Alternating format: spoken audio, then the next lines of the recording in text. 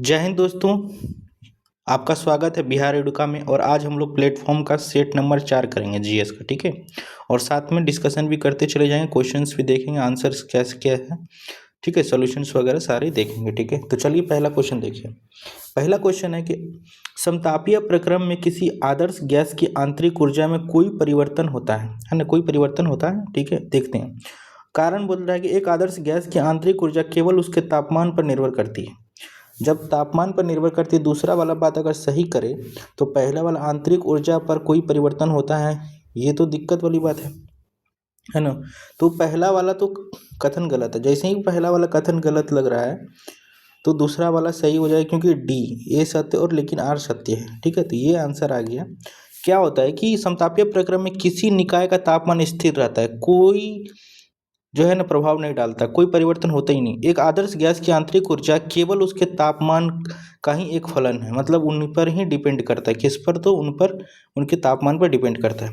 समतापीय प्रक्रम में तापमान में कोई परिवर्तन नहीं होता है, इसलिए आदर्श गैस की आंतरिक ऊर्जा में भी कोई परिवर्तन नहीं होता। ये देखिए, समतापीय प्रक्रम में तापमान में कोई परिवर्तन ही जब नहीं हो रहा है तो फिर ऊर्जा में क्या परिवर्तन होगा, है ना, यही बात है। उसके बाद ऊष्मागतिकी का प्रथम नियम भी ये कहता है कि समतापीय प्रक्रम में गैस को दी गई संपूर्ण ऊष्मा, है ना, गैस द्वारा किए गए कार्य के बराबर होता है ना। तो इसलिए इसका ये आंसर है, ठीक है। नेक्स्ट देखिए, दूसरा नंबर क्वेश्चन देखिए। दिष्टधारी यानी रेक्टिफायर के संबंध में निम्नलिखित में कौन सा कथन सही था, है ना, रेक्टिफायर। तो पहला ऑप्शन है, ये एसी वोल्टेज को उच्च एसी वोल्टेज में परिवर्तित करता है, ये एसी को डीसी में परिवर्तित करता है, और ये डीसी को एसी में परिवर्तित करता है। देखो, डीसी को एसी में तो नहीं करता, रेक्टिफायर एसी को डीसी में परिवर्तित करता है, यानी दूसरा वाला आंसर सही है। क्यों सही है?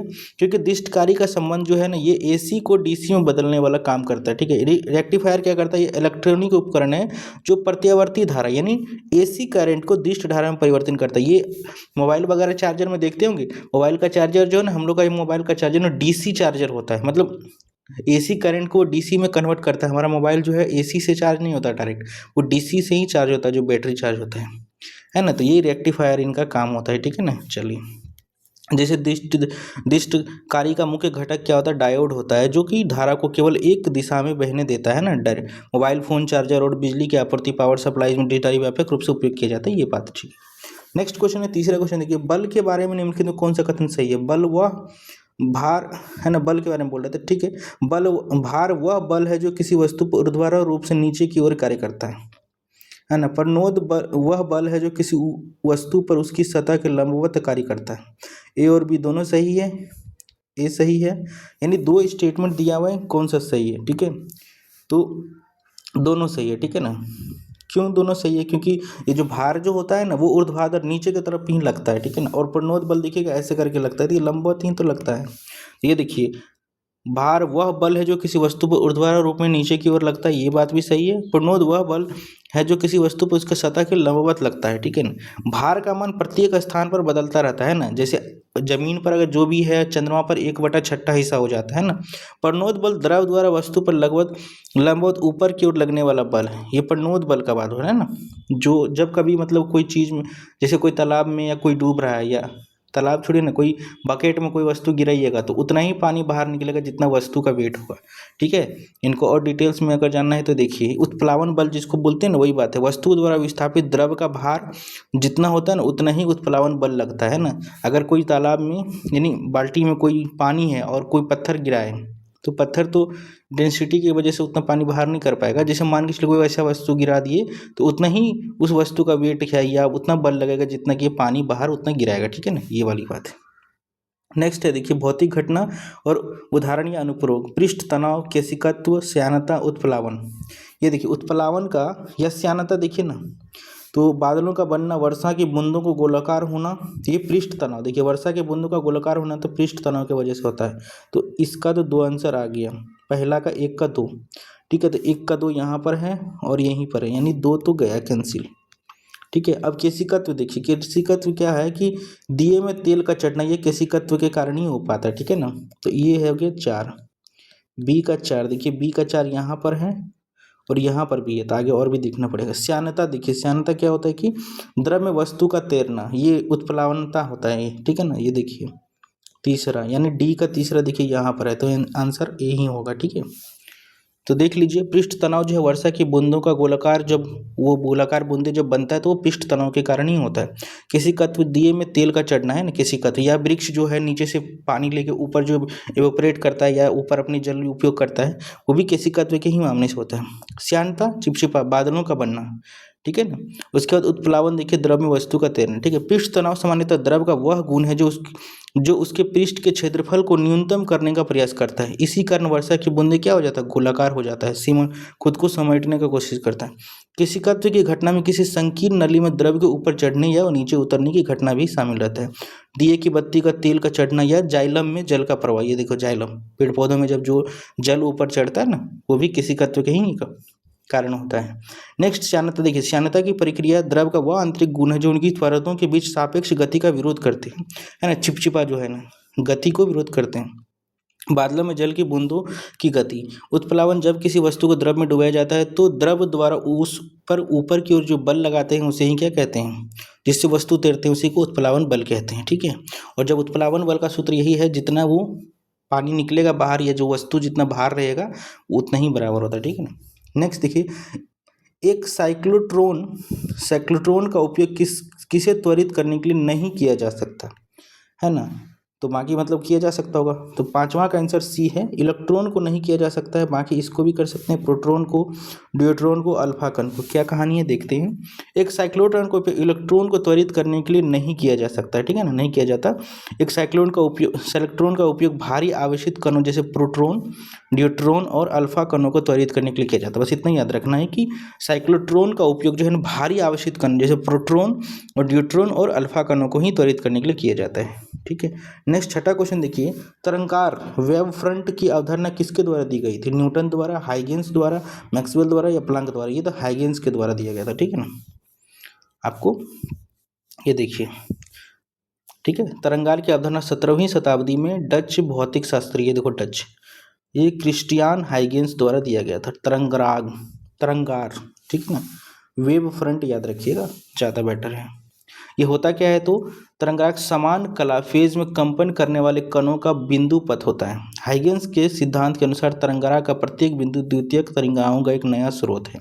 यानी कि जैसे कि इसका ये वाला स्रोत है, जैसे कभी आपने पत्थर मारे तालाब में, तो जो छोटा होगा वो बड़ा को बड़ा को बड़ा को और बड़ा होता जाता है। इन पूरी तालाब में वो रिंग्स फैलता रहता है, वही उसी की बात ये कर रहा है, ठीक है ना। इस सिद्धांत का उपयोग करके देखिए परावर्तन और अपवर्तन जैसी तरंग घटनाओं का सफलतापूर्वक व्याख्या किया गया है। एक चीज़ और याद रखिएगा, यहाँ पे देखिए तरंग का द्वैत सिद्धांत कौन दिया था, तो डी ब्रागली, या देखिए डी ब्रागली ने दिया था, ठीक है ना। ये याद रखना, तरंग का द्वैत सिद्धांत कौन दिया था, तो डी ब्रागली। और प्रकाश के ध्रुवीकरण का सिद्धांत क्यों दिया था, मेलस। इस तरह का क्वेश्चन खूब पूछा है, भर भर के यूपीएससी पूछता है, ये बीपीएससी पूछता है, ठीक है।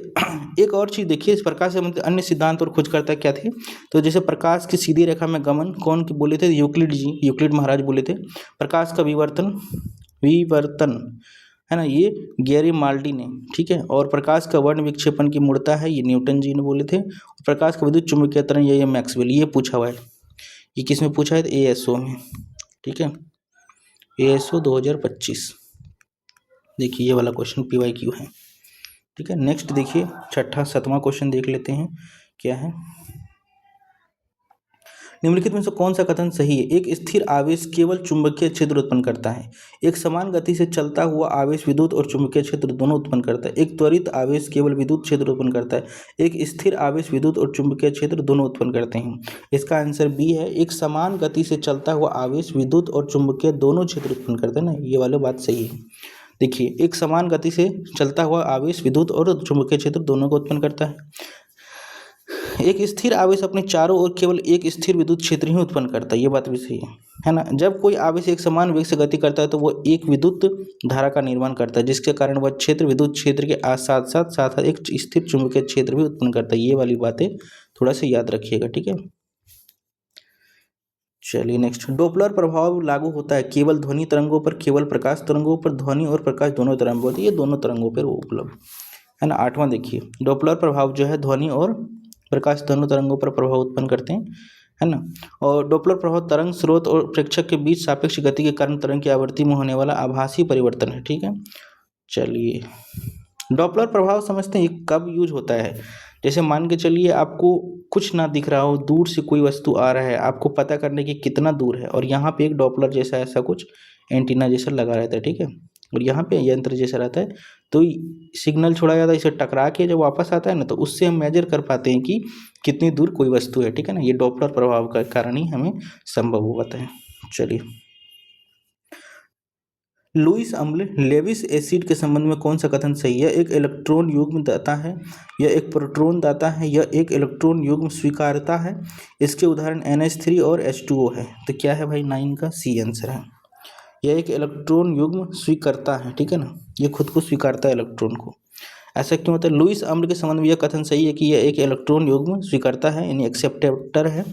जीएल लुईस की अवधारणा के अनुसार कोई लुईस अम्ल कोई भी प्रजाति, अणु या आयन जो एक सहसंयोजक बंध, ये याद रखिएगा, कौन सा सहसंयोजक बंध यानी बॉन्ड बनाने के लिए इलेक्ट्रॉन की एक जोड़ी को स्वीकार कर सकती है। इसका उदाहरण देख लीजिए, Fe3H+ Zn, ये ठीक है, Al(C3) एल्युमिनियम क्लोराइड, ये देख लें, कार्बन डाइऑक्साइड SO2, सब ये सब उदाहरण है, लुईस अम्ल के उदाहरण है। तो ये तो नहीं है HN3, ये तो नहीं है भाई, ये भी नहीं है, ये भी नहीं है, ठीक है। लुईस क्षारक इलेक्ट्रॉन युग्म त्यागता है, क्षारक की बात करें तो इलेक्ट्रॉन युग्म त्यागता है, अम्ल जो है एक्सेप्ट करता है, ठीक है ना। लुईस क्षारक का उदाहरण क्या है? देखिए, OH, FCl, CN, NH3, ये देखिए क्षारक का उदाहरण है। एंड ऐसे भी दिख रहा है कि भाई NH3 क्षारक है, H2 उदासीन है ना। तो ये तो ऐसे भी काट देंगे एग्जाम हॉल में ना, तो ध्यान रखना है। 10वां क्वेश्चन देखिए क्या कह रहा है कि निम्नलिखित में से कौन सा कथन एंजाइम उत्प्रेरण, एंजाइम कैटालिसिस के लिए गलत है? कौन एंजाइम को उत्प्रेरित नहीं करता है? ऐसा कोई स्टेटमेंट। एंजाइम प्रकृति में अत्यधिक विशिष्ट होते हैं, वे अभिक्रिया की सक्रियण ऊर्जा को कम करते हैं, कम नहीं करते हैं, बढ़ाते हैं, है ना। तो दूसरा गलत है क्या? 10वां का देख लीजिए, 10वां का सी गलत है ना। तो ये भी बात सही है, वे अभिक्रिया की सक्रियण ऊर्जा को कम करते हैं, ये बात सही है, एकदम सही है क्या? ये भी सही है। एंजाइम की गतिविधि pH और तापमान से अप्रभावित रहता है, ऐसा थोड़ी है, प्रभावित तो होता ही होगा ना। ये थोड़ा सा आगे पढ़ना चाहिए, जल्दबाजी में हमेशा क्वेश्चंस गलत होते हैं। एंजाइम उत्प्रेरण के लिए गलत है कि एंजाइम की गतिविधि pH और तापमान से अप्रभावित रहता है, नहीं प्रभावित होते हैं, यह कथन गलत है, ठीक है। ये देखिए, प्रत्येक एंजाइम एक इष्टतम ऑप्टिमम तापमान और pH पर ही अधिकतम रूप से सक्रिय हो सकता है। अब ऐसा है कि अब इतना एसिडिक कर देंगे या इतना बेस कर देंगे तो वो जरूरी नहीं है, ठीक है ना। एंजाइम जैविक उत्प्रेरण जो प्रोटीन से बने होते हैं और अभिक्रिया की संक्रियण ऊर्जा को कम करके उसको दर को बढ़ाते हैं। अच्छा, ये बात है, ये वाला बात हम अंडरस्टैंडिंग हो गई थी, ठीक है, ध्यान रखिएगा। चलिए, 11वां क्वेश्चन देखिए, वैज्ञानिक सिद्धांत कौन कौन से? लुई पास्चर, डोबेराइजेनाइजर, मेंडेलीफ, मैक्स प्लांक। ये देखिए, लुई पास्चर जो है दूध से संबंधित दिया था, है ना। तो ये किण्वन से रिलेटेड तो दिया था, फ्रेगमेंटेशन से, तो ये तो लुईस पास्चर का दूसरा तो होगा ही होगा। ये देखिए, मेंडेलीफ क्यों दिया था? आनुवांशिक दिया था क्या? त्रिक का नियम, आवर्त सारणी, मैक्स प्लांक, ठीक है। और क्वांटम सिद्धांत कौन दिए थे? क्वांटम सिद्धांत तो 1 का 2 से 1 का 2, दो जगह, ये दो तो कट गया, या तो ए होगा या तो डी होगा। तो इसका आंसर ए है। लुईस पास्चर जो किण्वन के सिद्धांत दिए थे, ये तो एनसीईआरटी में है। ये देखो, डोबे राइनर ये त्रिक का सिद्धांत दिए थे, ठीक है। और मेंडलीफ जो है ये आवर्त सारणी है ना, ये भी याद था मुझे, थोड़ा कन्फ्यूजन दिया। ये देखो, मेंडलीफ आवर्त सारणी, ठीक है। और मैक्स प्लांक तो क्वांटम सिद्धांत दिए थे, मैक्स प्लांक क्वांटम सिद्धांत। थोड़ा डिटेल में जानिए। लुई पास्चर ने किण्वन फ्रेगमेंटेशन की प्रक्रिया की वैज्ञानिक व्याख्या की और पाश्चुरीकरण का सिद्धांत दिया। पाश्चुरीकरण क्या होता है कि दूध को एक बहुत ज़्यादा हीट में गर्म करते हैं, फिर तुरंत से ठंडा कर लेते हैं ना, वो नियम होता है। डोबेनाइजर ने तत्वों को वर्गीकृत करने के लिए त्रिक का सिद्धांत दिया था, है ना, जो आवर्त सारणी के विकास में प्रारंभिक कदम था, ठीक है ना। ये त्रिक सिद्धांत दिया था डोबे राइनर, याद रखिएगा। मेंडलीफ ने तत्वों को उसके परमाणु भार के आधार पर व्यवस्थित किया और पहली व्यापक आवर्त सारणी बनाई, ठीक है, ये तो याद रखिएगा। और मैक्स प्लांक सामान्यतः क्वांटम सिद्धांत के जनक माने जाते हैं, जिन्होंने प्रस्तावित क्रिया की ऊर्जा उत्सर्जन का अवशोषण क्वांटा नामक असतत पैकेट में किया था, ठीक है, असतत, नॉट अ कॉन्टिनम, डिसकॉन्टिनम, ठीक है ना। ये याद रखिएगा, क्वांटम सिद्धांत अभी बहुत ज़्यादा चर्चा में रहता है। क्वांटम कंप्यूटिंग, है ना, क्वांटम कंप्यूटिंग का बाइनरी सिस्टम में वो काम करेगा, ठीक है ना, सॉरी क्यूबिट में काम करेगा, क्यूबिट, ठीक है। अभी जो कंप्यूटर काम करता है वो बाइनरी में, यानी 0 या वन 0 और 1 में काम करता है, दोनों काम सम्मिलित रूप। ये क्यूबिट में क्या होगा 0 या 1, यानी सोच रहे हो पॉसिबिलिटी कितनी हाई हो जाएगी। जो काम अभी हो रहा है उसको दोगुनी स्पीड से, बहुत ज़्यादा स्पीड से कर पाएंगे वो।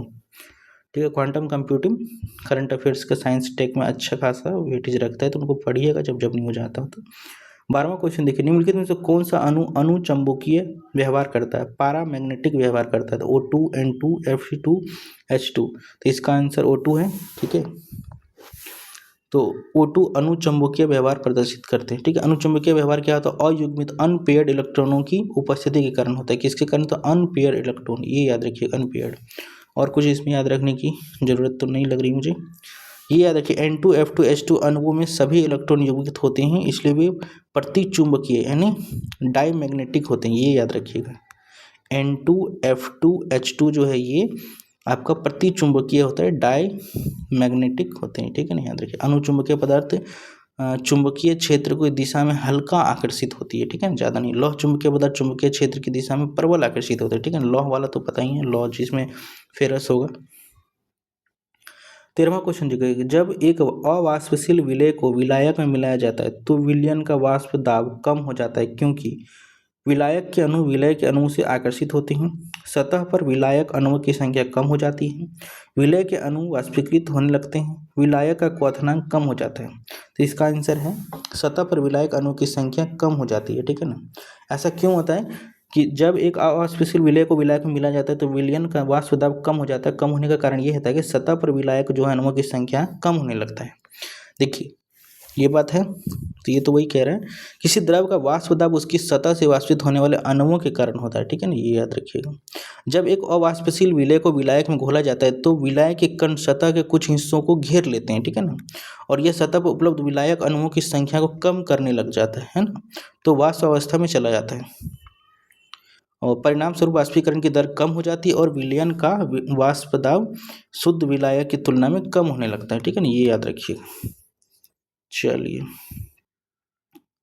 नेक्स्ट क्वेश्चन, 14वां क्वेश्चन देखिए क्या है कि निम्नलिखित में से कौन सा एक थर्मोप्लास्टिक बहुलक है, बेकेलाइट, वल्कनीकृत रबड़, पॉलीथीन। तो ये पॉलीथीन आंसर है। ठीक है ना, पॉलीथीन एक थर्मोप्लास्टिक है। थर्मोप्लास्टिक क्या होते हैं कि जिन्हें बार बार गर्म करके नरम और ठंडा करके कठोर किया जाता है। पॉलीथीन एक एथीन का बहुलक है, पॉलीथीन एथीन का एक बहुलक है। यह थर्मोप्लास्टिक का उत्कृष्ट उदाहरण है। ठीक है, और बेकेलाइट और वल्कनीकृत रबड़ थर्मोसेटिंग प्लास्टिक का उदाहरण है, जो एक बार सेट हो जाने के बाद वो फिर वो अस्थायी हो जाते हैं। ठीक है ना, कठोर हो जाता है। नायलॉन 6 भी एक थर्मोप्लास्टिक ही है, याद रखिएगा, थर्मोप्लास्टिक है नायलॉन 6। यहाँ तो थर्मोप्लास्टिक बहुलक पूछा था तो पॉलीथीन। ठीक है,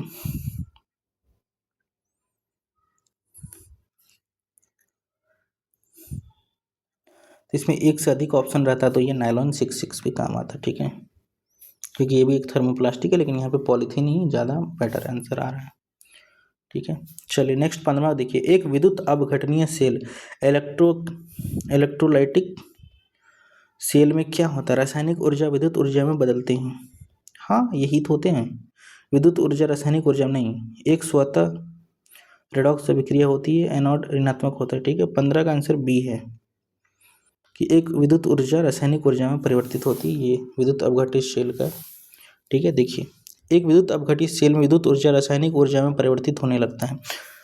क्यों, सेल एक बाहरी स्रोत से विद्युत ऊर्जा का उपयोग करके एक अस्वतः नॉन स्टॉपनस रासायनिक अभिक्रिया भी करता है। इस प्रक्रिया को विद्युत अपघटन कहा जाता है, जिसमें विद्युत ऊर्जा को रासायनिक ऊर्जा में परिवर्तित कर देते हैं। इस सेल में एनोड धनात्मक होता है, कैथोड ऋणात्मक होता है। इसके विपरीत एक गैल्वेनिक सेल जैसे बैटरी एक स्वतः रासायनिक अभिक्रिया द्वारा रासायनिक ऊर्जा को विद्युत ऊर्जा में, ये गैल्वेनिक सेल हम समझ लिए थे। ठीक है ना, थोड़ा सा। ठीक है, ये गैल्वेनिक सेल में क्या होता है कि रासायनिक ऊर्जा से है ना अभिक्रिया से विद्युत ऊर्जा में कन्वर्ट हो जाता है, ये याद रखिएगा। नेक्स्ट देखिए, यदि किसी विलयन का पीएच का मान पीओएच मान के बराबर है तो 25 डिग्री सेल्सियस पर उस विलयन की प्रकृति क्या होगी। पीओएच है, पॉजिटिव है माने। ठीक है, तो उदासीन ही होगा वो। ठीक है, आंसर उदासीन है। यदि विलयन पीएच का मान पीओएच के बराबर है तो 25 डिग्री पर उस विलयन की प्रकृति क्या होगी, उदासीन होगी। क्यों ऐसा होता है भाई, अच्छा ये देखो 7 पीओएच हो जाता है। पीएच की परिभाषा पीएच माइनस, ये छोड़ दीजिए। जल की अस्थायी कठोरता किसके कारण होती है? कैल्शियम और मैग्नीशियम क्लोराइड और सल्फेट, कैल्शियम और मैग्नीशियम बाइकार्बोनेट, सोडियम और पोटेशियम, लवण, सिलिकेट और फास्फोट। तो ये कैल्शियम और मैग्नीशियम बाइकार्बोनेट, ये भी पूछा हुआ है एएसओ का एग्जाम में, ठीक है। ये वाला आंसर है इसका, जल की कठोरता। जल की अस्थायी कठोरता कैल्शियम और मैग्नीशियम के बाइकार्बोनेट के कारण होता है, ठीक है ना। और जल का अस्थायी कठोरता उसमें कैल्शियम और मैग्नीशियम के घुलनशील बाइकार्बोनेट लवणों की उपस्थिति के कारण होता है। इस प्रकार की कठोरता केवल पानी उबालकर दूर किया जा सकता है, क्योंकि उबालने पर घुलनशील बाइकार्बोनेट अघुलनशील कार्बोनेट में बदल जाते हैं, ये याद रखें, ठीक है ना। इसलिए आप देखते होंगे कि बहुत सारे लोग जो है ना पानी गर्म करके फिर नहाते हैं, है ना, बाल वगैरह को लॉस होने से बचाने के लिए, जहाँ पे ज़्यादा आयरन या फिर इस तरह के हैवी मेटल्स ज़्यादा होते हैं, ठीक है ना। मानव मस्तिष्क के बारे में निम्नलिखित में कौन सा कथन गलत है? गलत वाला में पहले ही गोला लगा लेना है। परमस्तिष्क यानी सेरिबेलम मस्तिष्क का सबसे बड़ा भाग है। अनुमस्तिष्क बेलुम शरीर की ऐच्छिक क्रियाओं और संतुलन को नियंत्रित करता है। मेडुला ऑब्टुलिंगेटा श्वसन और हृदय गति को नियंत्रित करता है। कॉर्पस कैल्शियम, तो गलत पूछ रहा है, ठीक है ना, 18वां का डी गलत है ना। कॉर्पस कैलोकस परमस्तिष्क और मस्तिष्क को जोड़ता है, ये जोड़ता नहीं है, क्या काम करता है देख लेते हैं। ये सब सही है। परमस्तिष्क सेरिबेलम जो है मस्तिष्क का सबसे बड़ा हिस्सा है। अनुमस्तिष्क यानी सेरिबेलम शरीर की ऐच्छिक क्रियाओं और संतुलन को नियंत्रित, ऐच्छिक क्रिया समझे, जिसपे हमारा इच्छा होता है, ठीक है ना। अनैच्छिक क्रिया जैसे छींकना, ये सब पे हमारा कंट्रोल शायद ही हो पाता होगा, ठीक है ना, उनको अनैच्छिक क्रियाएं बोलते हैं, ठीक है। और जैसे ब्लड का चलना, धड़कन चलना, ये सब अनैच्छिक है, हमारी इच्छा के बिना नहीं चलता है, ठीक है ना, वो चलता रहता है, वो उनका प्रक्रिया है सीधा। पाचन होना, ये सब भी अनैच्छिक ही है, खा लिए तो पचना तो तय है, रोक नहीं सकते उसे। ये देखो कॉर्पस कैलोसम परम मस्तिष्क और मस्तिष्क जोड़ने वाला काम है कि नहीं देख लेते हैं। ये 18वां क्वेश्चन है ना। तो देखो कॉर्पस कैलोकस तंत्रिका तंताओं का एक बंडल है जो दाएं और बाएं प्रमस्तिष्क गोलार्धों सेरेब्रल हेमिस्फीयर को जोड़ता है, ठीक है ना। तो ये बात सही गलत है, क्योंकि ये प्रमस्तिष्क और अनुमस्तिष्क को नहीं जोड़ता है। प्रमस्तिष्क और अनुमस्तिष्क को सबसे बड़ा भाग है जो वृद्धि और स्मृति को नियंत्रित करता है, वो प्रमस्तिष्क सेरेबेलम मस्तिष्क सबसे बड़ा, ये तो पहला ही दिया है, तो ये तो बात तो सही है। हाँ, ये अनुमस्तिष्क को शरीर का संतुलन ऐच्छिक पेशियाँ, ठीक है। मेडुला ऑब्टांग, ठीक है, सब सही है। पोन्स श्वसन दर को नियंत्रित करता है, ये देखो पोन्स, एक याद रखिएगा, ठीक है, हमारी जो सांस लेने की क्रिया को नियंत्रित करते हैं पोन्स, ठीक है। प्रकाश संश्लेषण की प्रकाश स्वतंत्र अभिक्रियाओं लाइट इंडिपेंडेंट रिएक्शन के संबंध में कौन सा कथन सही है? ये हरित लवक के ग्रेना में होती है, इन्हें प्रकाश की प्रत्यक्ष आवश्यकता होती है। इस प्रक्रिया में एटीपी और NADPH का उपयोग करके CO2 का स्थिरीकरण होता है। इसका अंतिम उत्पाद ऑक्सीजन है ना। तो इसका आंसर C है। क्या होता है प्रकाश? लाइट इंडिपेंडेंट, मतलब बिना प्रकाश का अगर कोई प्रकाश अभिक्रिया हो रहा है, इस प्रक्रिया में ATP और NADPH का उपयोग करके CO2 का स्थिरीकरण होता है। क्या है भाई ये? प्रकाश संश्लेषण की प्रकाश स्वतंत्र अभिक्रिया केल्विन चक्र हरित लवक के स्ट्रोमा में होती है। अच्छा ये देखो स्ट्रोमा में होती है, नोट है, यहाँ पे बोला था ग्रेना में होती है, तो ये बात याद रखिएगा। जहाँ पे प्रकाश नहीं मिलता है ना, तो वो हरित लवक के स्ट्रोमा में होता है, ठीक है, याद रखिएगा, है ना। केल्विन चक्र भी कह सकते हैं, अगर कभी पूछे केल्विन चक्र क्या होता है तो समझिएगा कि वहाँ पे प्रकाश स्वतंत्र अभिक्रियाएं हैं, वो प्रकाश के बिना हो रहा है वहाँ। इन्हें सीधे प्रकाश की आवश्यकता नहीं होती, लेकिन ये प्रकाश पर निर्भर रहते हैं, याद रखिएगा। अगर बोलेगा कि नहीं बिल्कुल प्रकाश पर निर्भर नहीं होता, वो स्टेटमेंट काट देना है ना। इस चक्र का मुख्य कार्य ATP की ऊर्जा और NADPH की अपचायक शक्ति का उपयोग करके कार्बन डाइऑक्साइड को शर्करा में स्थिर फिक्स करना है। फिक्स मतलब उनमें बदल देना है। ऑक्सीजन प्रकाश निर्भर प्रक्रिया का एक उप उत्पाद है, ठीक है। इसका अंतिम उत्पाद जो है ऑक्सीजन नहीं है, उप उत्पाद है। बहुत सारे उत्पाद में एक उत्पाद ऑक्सीजन भी है, तो अंतिम मतलब कि लास्ट में जाके वही नहीं, लास्ट में तो भाई ATP से जाके CO2 में कन्वर्ट होगा, फिर वो शर्करा में कन्वर्ट होगा ना, तभी तो पौधे ऊर्जा ले पाएगा, ठीक है ना। ये तो पड़ेगा प्रकाश संश्लेषण, ठीक है ना, याद रखिएगा। नेक्स्ट देखिए 20वां क्वेश्चन क्या कह रहा है, पोषक तत्व और न्यूनता के क्या क्या लक्षण। नाइट्रोजन से क्या होगा? Phosphorus, potassium, calcium. उत्तकों का छाया, पुष्पन में देरी, हरिमाहीनता। देखो अगर आप गांव से हैं और खेती बाड़ी करते हैं तो नाइट्रोजन की कमी से आप देखे होंगे पौधा पीला हो जाता है, यानी हरिमाहीनता मतलब हरा का हीनता, पीला हो जाता है। इस बात से हम सिर्फ लगा सकते हैं, अगर इतने से काम बन जाएगा और बाकी के बारे में हमें नहीं पता एग्जाम हॉल में, तो इससे देखते हैं 3 से 1 का तीसरा से, यानी 2 जगह है, यानी 50-50 पर तो आप आए अपना बेसिक ज्ञान लगा के, है ना। उसके बाद देख लो ना फास्फोरस, पोटेशियम, कैल्शियम। एक बात बता, कैल्शियम का क्या यूज होता होगा पेड़ पौधों में? उत्तकों का क्षय ही होता होगा, क्योंकि जब हम लोग का शरीर में हम कैल्शियम इतना जरूरी है हड्डी के लिए, तो क्या ये कैल्शियम है क्या हमारे, क्या एक बी डी का 1 है कहीं पे, यहाँ पे है, तो बी का क्या 20 का आंसर क्या है? गेस किए अभी, रियल एग्जाम में कैसे लगाते हैं, लेकिन ये गलत हो गया, हमारा आंसर बी ही होगा, ये वाला देखिए बी है, ठीक है। तो कैल्शियम का कुछ और होगा, देख लेती है। नाइट्रोजन से तो ये तो अपन पता था। फास्फोरस से पुष्पन में देरी, अच्छा फास्फोरस से पुष्प में देरी हो जाएगा, ठीक है, तो उसके लिए फास्फोरस जरूरी है। पोटेशियम से क्या उत्तकों का अच्छा, ये देखो पोटेशियम है ना, और कैल्शियम से विभाजकों उत्तकों की मृत्यु हो जाएगा, यानी विभाजन नहीं कर पाएगा, यानी अपने एक नया ब्रांचेज वगैरह नहीं बना पाएगा, ठीक है ना। तो ये वाला बात सही है, तो 20 का बी आंसर सही है, ठीक है ना। चलिए, नाइट्रोजन सामान्य रूप से क्लोरोफिल का एक आवश्यक घटक है, इसकी कमी से क्लोराइसिस हो जाता है, यानी हरापन नहीं रहता, पीला हो जाती पत्तियां। फास्फोरस सामान्य रूप से ऊर्जा हस्तांतरण और कोशिका विभाजन के लिए महत्वपूर्ण, इसकी कमी से अक्सर पौधों की वृद्धि रुक जाती है और पुष्पन में देरी हो जाती है। पोटेशियम सामान्य रूप से एंजाइम संक्रियन और जल संतुलन में भूमिका निभाता है, जिसकी कमी से पत्तियों के किनारों पर उत्तकों का क्षय होने लगता है ना, देख लो ये। कैल्शियम सामान्य रूप से कोशिका भित्ति की संरचना के लिए आवश्यक है, इसकी कमी से सबसे पहले बढ़ते क्षेत्र जैसे विभाजन उत्तकों को प्रभावित करते हैं ना। भित्तीय नहीं बनेगा तो कहाँ से विभाजन होगा, है ना, उसके बाद धीरे धीरे मृत्यु भी हो जाती है, ठीक है ना। तो ये कैल्शियम विभाजन से रिलेटेड है पौधों में, ठीक है ना। निम्नलिखित में से कौन सा हार्मोन अधिवृक्क वलकुट एड्रेनल कॉर्टेक्स द्वारा प्रभावित नहीं होता, कौन सा हार्मोन इससे नहीं होता है, यानी बाकी होता होगा, cortisol, aldosterone, adrenaline, androgenic steroid. तो 21 का आंसर सी है, यानी एड्रेनालिन नहीं होता, बाकी सब होता है, ठीक है ना। आंसर तो यही आएगा। एड्रेनालिन हार्मोन अधिवृक्क वलकुट द्वारा स्रावित होता है, ना कि वलकुट द्वारा, तो बात तो सही है, नहीं होता क्यों पूछा है। अच्छा ये द्वारा होता है, अच्छा उसमें नहीं दिया हुआ है, अच्छा गलत पूछा है, ठीक ठीक ठीक। एड्रेनालिन को लड़ो या भागो, है ना, फाइट और हार्मोन के रूप में, मतलब एक झटके में आता है फिर वो वापस चला जाता है, लड़ने के बाद वो वापस चला जाता है। थोड़ा इसको पढ़िए, ये हार्मोन चैप्टर जो है ना थोड़ा इंपॉर्टेंट है। तो एड्रेनालिन हार्मोन अधिवृक्क ग्रंथि के भीतरी भाग जिसे अधिवृक्क मज्जा एड्रेनालिन मेडुला कहते हैं द्वारा स्रावित होता है, ठीक है। अधिवृक्क वलकुट जो ग्रंथि का बाहरी हिस्सा है कोर्टिकोस्टेरॉइड नामक हार्मोन का उत्पादन करता है, ये याद रखिएगा। वलकुट जो पूछा है कोटेक्स, ये दो कोटको, तो ये तो कोटको से याद रह जाएगा, ठीक है ना, कोर्टिकोस्टेरॉइड से, ठीक है।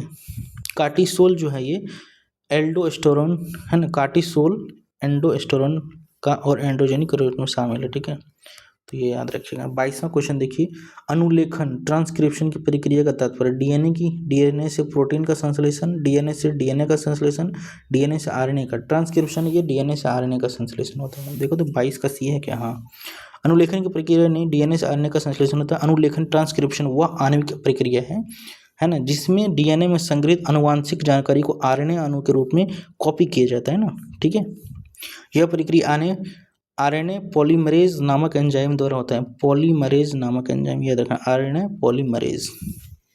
यह जीन अभिव्यक्ति का पहला चरण है ना। आरएनए से प्रोटीन के संश्लेषण को अनुवादन कहते हैं, ट्रांसलेशन कहते हैं, याद रखिए, अच्छे की बात। अगर आरएनए से प्रोटीन का संश्लेषण जो है उसको अनुवादन कहते हैं, यानी ट्रांसलेशन कहते हैं, ठीक है ना।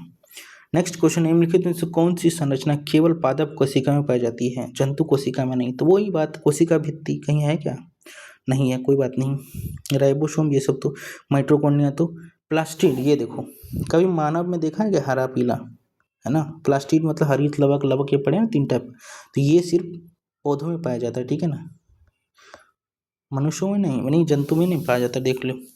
प्लास्टिड संरचना के बल पादप कोशिका में पाए जाते हैं, जंतु कोशिका में नहीं। लवक प्लास्टिक केवल पादप कोशिकाओं और शैवाल में पाए जाने वाले कोशिकांग है, वे जंतु कोशिकाओं में उपस्थित नहीं होते हैं। लवकों में हरित लवक क्लोरोप्लास्ट शामिल है जो प्रकाश संश्लेषण का स्थल भी होता है, ठीक है। कोशिका झिल्ली, माइटोकॉन्ड्रिया और राइबोसोम पादप और जंतु दोनों में पाए जाते हैं, ये याद रखिएगा, कौन दोनों में पाए जाते हैं। मजा आ रहा है कि नहीं आप लोगों को, बिना बकवास किए पढ़ा रहे हैं, ठीक है ना, क्योंकि मेरा टारगेट है 1 घंटे या 1 घंटे 20 मिनट के अंदर 100 क्वेश्चन अगर कर लेते हैं तो आपका बाकी चीज़ों के लिए आपके पास समय बच जाएगा, ठीक है। जो बच्चे टेस्ट लगा के सोल्यूशन नहीं करना चाह रहे हैं वो डायरेक्ट ऐसे ही लगाए ना, क्या दिक्कत है, ठीक है ना, कोई दिक्कत नहीं। तो 23वां तो हो गया, चलिए 24वां क्वेश्चन देखिए। हीमोफीलिया एक लिंग संलग्न सेक्स लिंक्ड और प्रभावी रोग है। यदि एक वाहक महिला एक सामान्य पुरुष से विवाह करती है तो उसके पुत्र में इस सिद्धांत तो 50% तो जाएगा। ठीक है, देख लो कैसे होता है।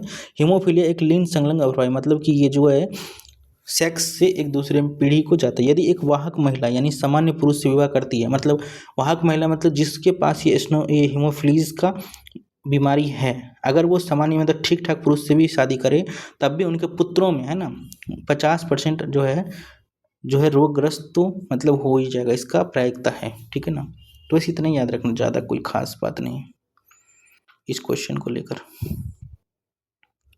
नेक्स्ट, निम्नलिखित में कौन सा फूल का भाग निषेचन के बाद फल में विकसित होता है? बाह्यदल, दल, अंडाशय। तो भाई फल में कौन निषेचन कहाँ होगा? अंडाशय में ही होगा। तो क्या आपको कहीं और कुछ दिख रहा है क्या? ऐसे भी अनुमान लगा सकते हैं अंडाशय में ही फल बने के बाद में। पुष्प निषेचन के बाद अंडाशय यानी ओवरी विकसित होकर फल बनते हैं, ये याद रखिए, है ना। तो ये ओवरी अंडाशय जैसे महिलाओं में भी अंडाशय होते हैं तो वही विकसित होकर बच्चे जाइगोट में ना वहाँ पे कन्वर्ट होता है। तो ये अंडाशय ही तो एक चीज़ है, बीज है जहाँ पे सब कुछ होता है। तो आप ऐसे भी गेस गिरी कर सकते हैं।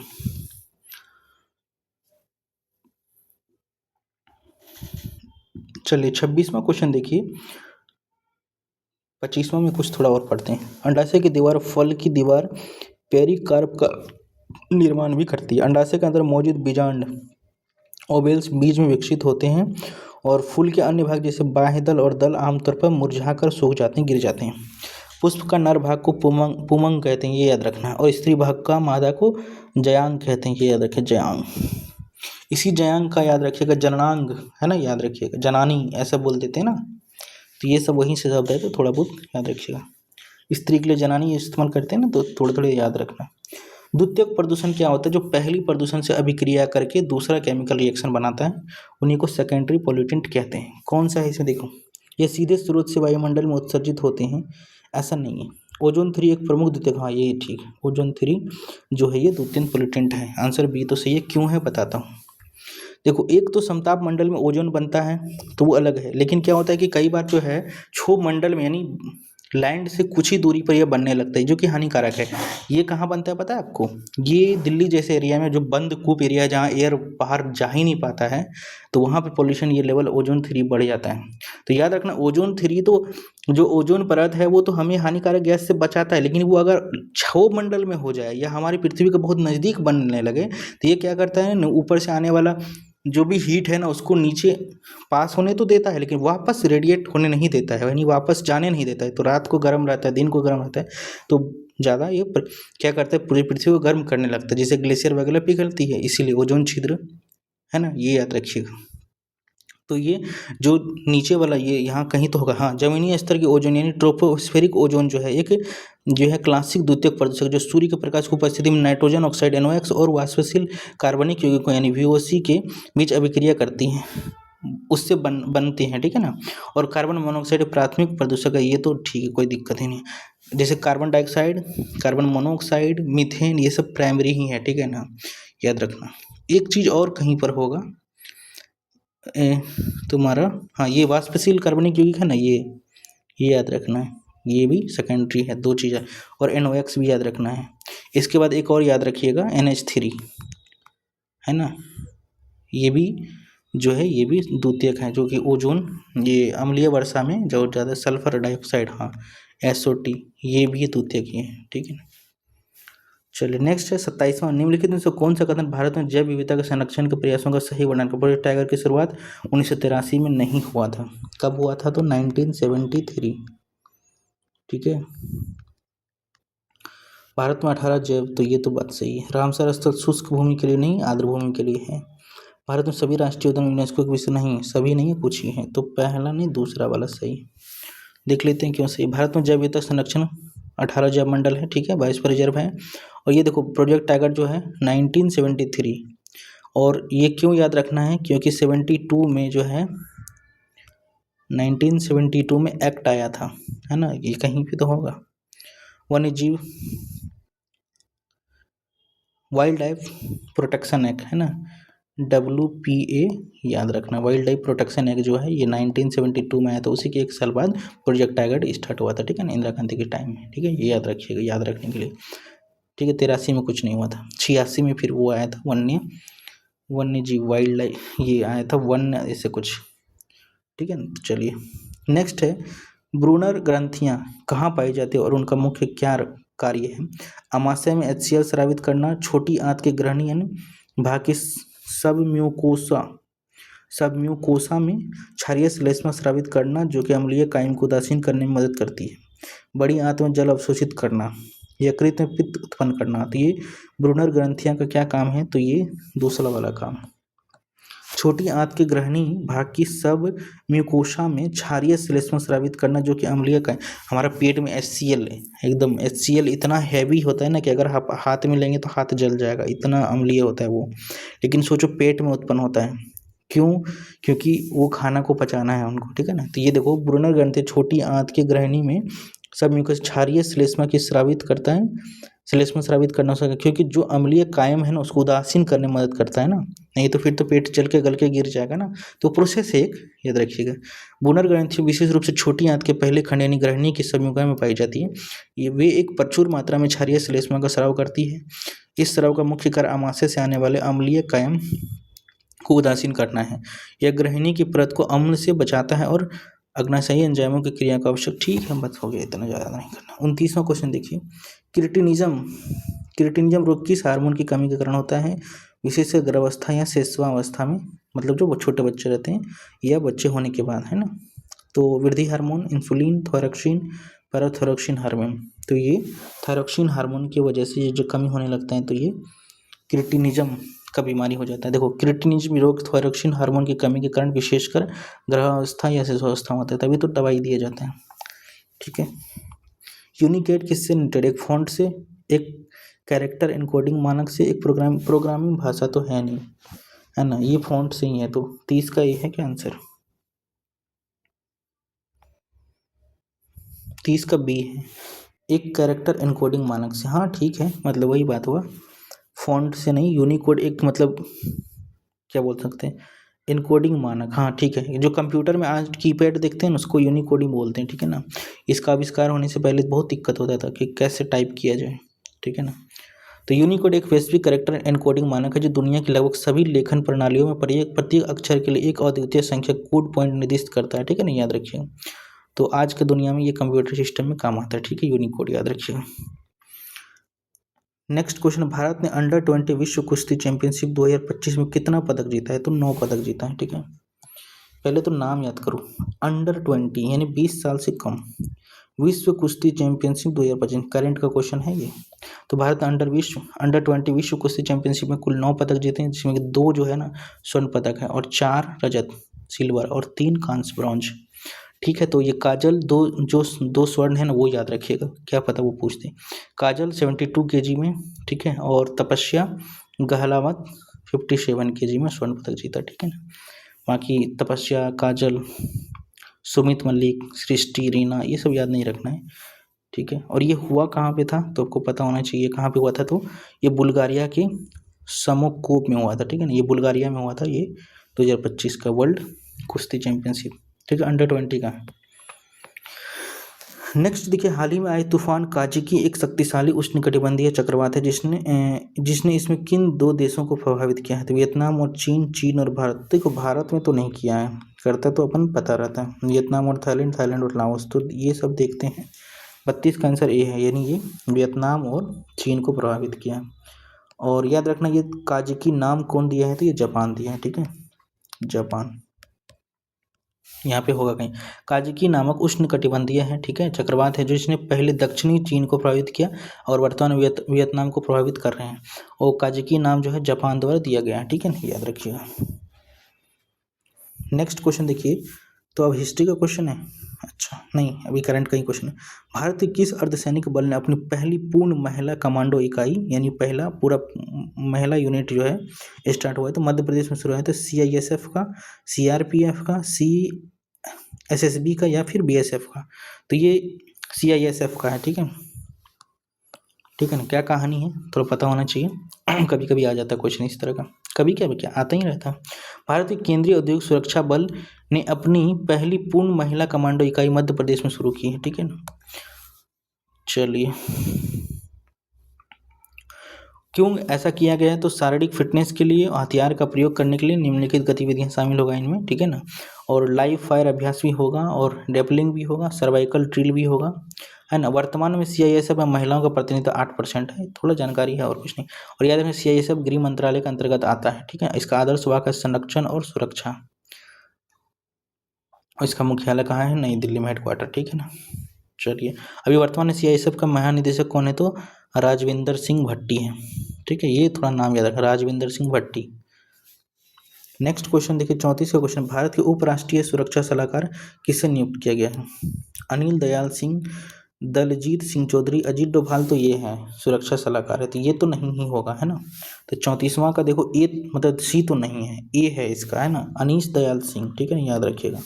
क्योंकि जो ये है ना डोभाल जी है ना, ये अभी वर्तमान में राष्ट्रीय सुरक्षा सलाहकार है ना मोदी जी के काल में। बहुत ही अच्छा आदमी है, इन्होंने जो नॉर्थ ईस्ट को बहुत समझा है यह आदमी, ठीक है। चलिए, 35वां क्वेश्चन, 22 अगस्त 2025 को भारतीय अंतरिक्ष स्टेशन मॉड्यूल के नए मॉड्यूल का अनावरण कहाँ किया गया? नई दिल्ली में, बेंगलुरु में, चेन्नई में, कोलकाता में। अगर ना भी पता हो तो कहाँ किया जा सकता है? नई दिल्ली में ही कर सकते हैं, और कहाँ कर सकते हैं, है ना। अच्छा, ये याद रखिएगा, BAS मतलब भारतीय अंतरिक्ष स्टेशन, हम लोग जो अपना स्पेस स्टेशन बनाने का सोच रहे हैं, ये 2028 तक जो है ना, हम लोग एक यूनिट भेजेंगे, यानी एक मॉड्यूल, और 2035 तक हम लोग अंतरिक्ष स्टेशन का 5 मॉड्यूल विस्तारित कर देंगे, मतलब बना लेंगे, ठीक है ना। अभी हमारे पास जो है ना अंतरिक्ष स्टेशन नहीं है भारत के पास, ठीक है ना, याद रखना है, ठीक है ना। और इसरो का संगठन कब गठन हुआ था? तो 1969 में, ठीक है ना, याद रखना। और इसका मुख्यालय बेंगलुरु में है, ठीक है ना, इसरो का। और वर्तमान में अध्यक्ष क्या है? वी नारायणन, याद रखिए।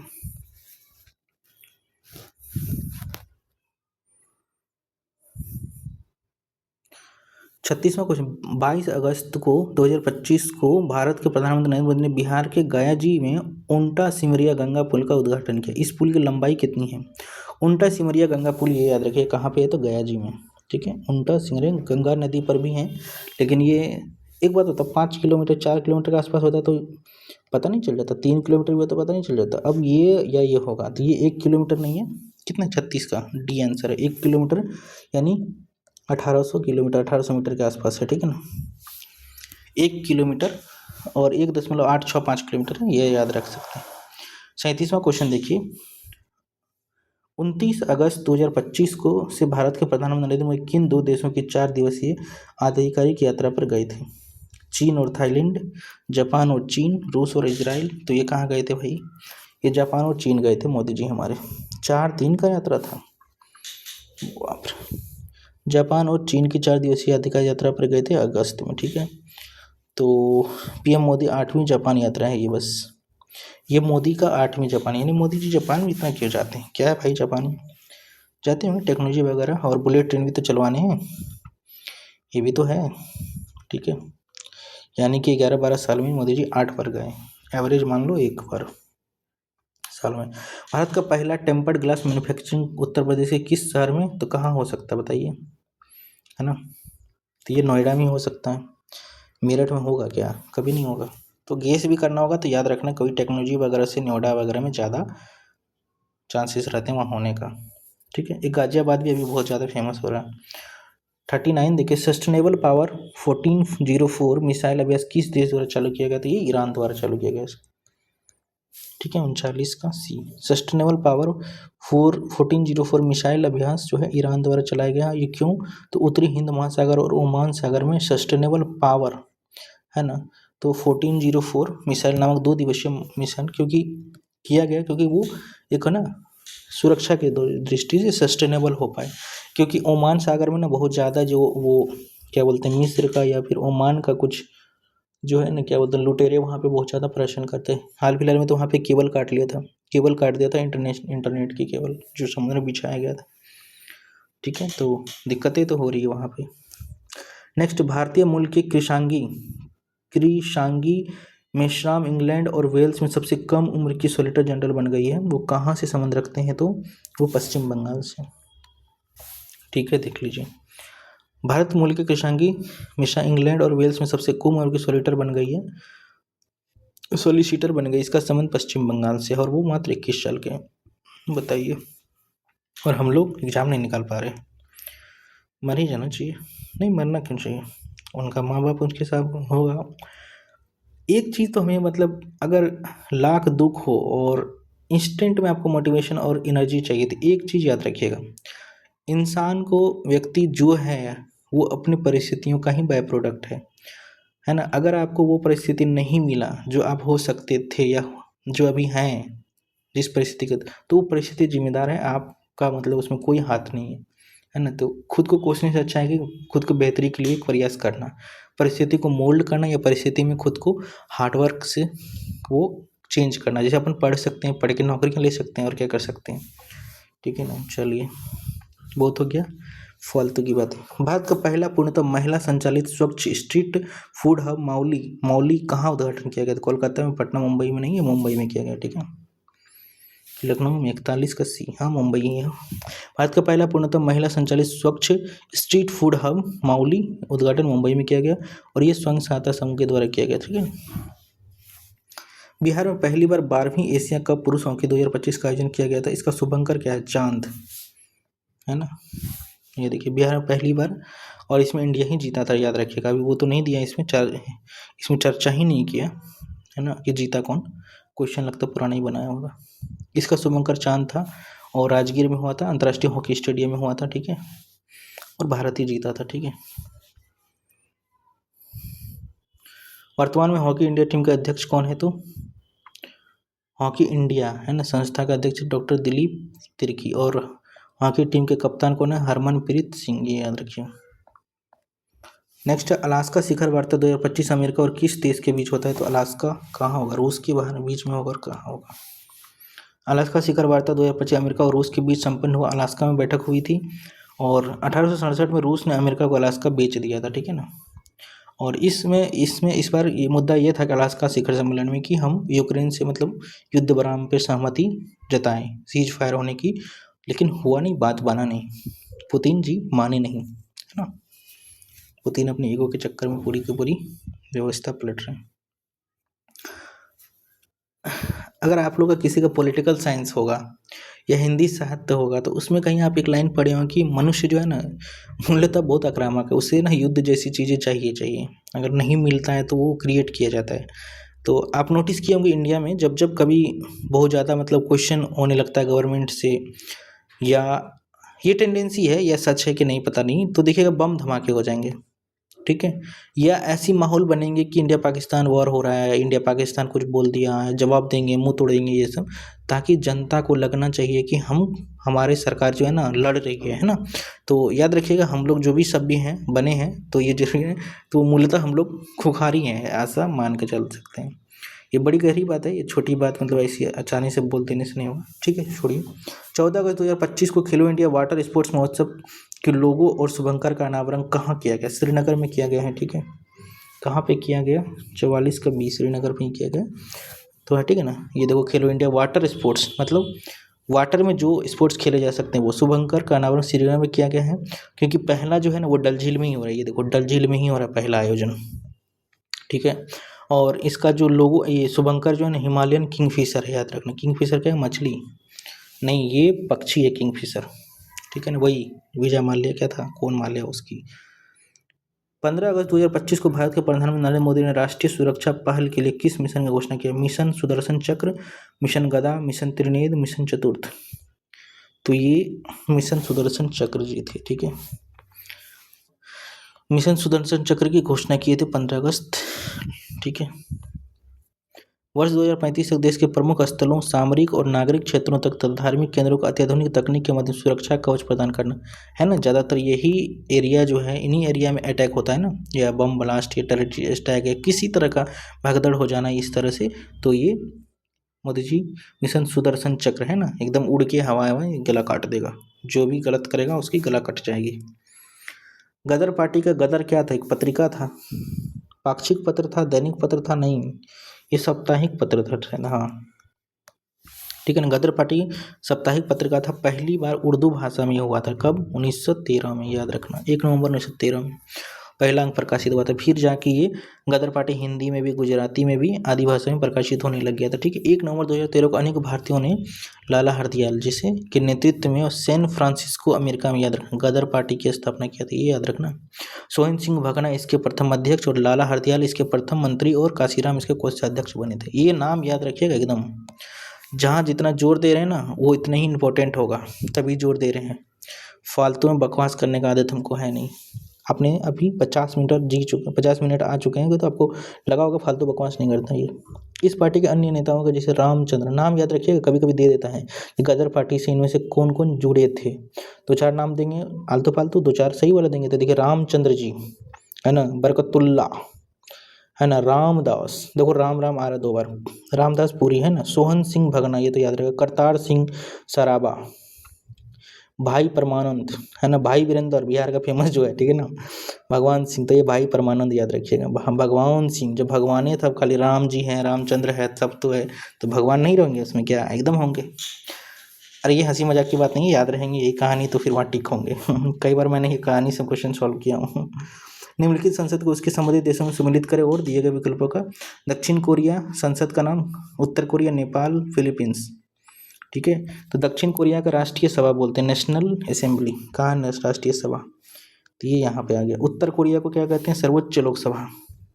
हाँ, अच्छा ये उम्मीद भी था, अगर गेस भी करना कुछ ना पता हो तो उत्तर कोरिया का नाम फेमस है, मतलब किस वजह से, डिक्टेटरशिप की वजह से, सर्वोच्च लोकसभा है ना, देख रहे हो नाम ऐसा है कि सर्वोच्च ही है, तो उससे मान सकते हैं। उसके बाद नेपाल में ये विधायक संसद, ठीक है, ये तो क्योंकि वहाँ पे थोड़ा थोड़ा लोकतंत्र है, थोड़े थोड़े बोल रहा हूँ ऐसे ही, अभी तो ठीक चल रहा है।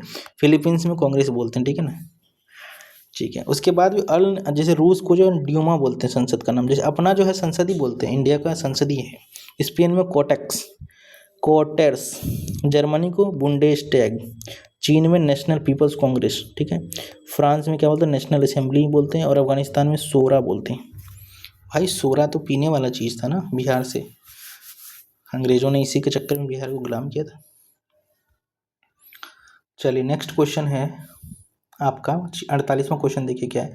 भारत के राष्ट्रपति का कार्यकाल सरकारी प्रणालियों के किस संयोजन की विशेषता नहीं, अध्यक्षीय और गणतंत्रात्मक, संसदीय एवं गणतंत्रात्मक, प्रजातांत्रिक, गणतंत्रात्मक, संसदीय और संघीय। तो 48वां का ए आंसर है, इसका नहीं है, क्योंकि अपनी अध्यक्षीय प्रणाली नहीं है, ठीक है ना, अपनी यह संसदीय प्रणाली है, ठीक है ना। भारतीय लोकतंत्र प्रणाली सरकार के संसदीय स्वरूप पर आधारित है, तो जहाँ जहाँ संसदीय है वो तो सही होगा, बाकी ये अध्यक्षता वाला नहीं, ये अमेरिका में है, ठीक है ना। अध्यक्षतम शासन प्रणाली की विशेषता क्या है, तो राष्ट्रपति कार्यपालिका का वास्तविक प्रमुख होता है। अपने यहाँ है क्या राष्ट्रपति, वास्तविक तो नहीं है ना, नाम मात्र का है, सारे काम उसी के नाम से होता है, लेकिन प्रधानमंत्री वास्तविक है ना।